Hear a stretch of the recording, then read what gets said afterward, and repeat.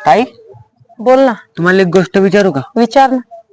तुमचं शिक्षण तर खूप झालेलं आहे, हो, पण तुम्ही आतापर्यंत नोकरीवर का नाही लागले? मी एक शेतकरीची मुलगी आहे म्हणून मी नोकरीवर लागले नाही. कारण का माझे वडील शेतकरी होते. ते शेतीतलं माल जे काढला का ते माल इकायला गेले त्याला भाव नाही लागत होता. मग काही अडथळे आले मदत, ते भाव नाही लागल्यामुळं माझा पुढं शिक्षणच राहिला. मग माझं पुढं शिक्षण राहिला, मी शिकले नाही. म्हणजे कशामुळे शिकले नाही?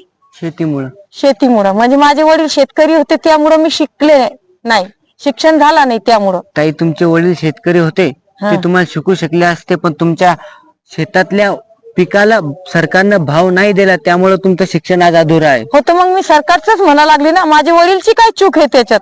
अरे मी तर माझ्या वडीलवर आज गर्व करते का माझे वडील शेतकरी आहे आणि मी शेतकरीची मुलगी आहे. कारण की 2020 मध्ये जेव्हा लॉकडाऊन लागला होता तर माझे वडीलच होते शेतकरी, जे बंदे देशला काय करायला लागले होते? जगून राहिले होते. जगून राहिले होते. मग माझे वडील आहे का नाही पॉवरफुल? माझे शेतकरी आहे का नाही पॉवरफुल? मला गर्व आहे. मला नाही लागली कोणती जॉब तर चालले, पण माझे वडील एक शेतकरी आहे.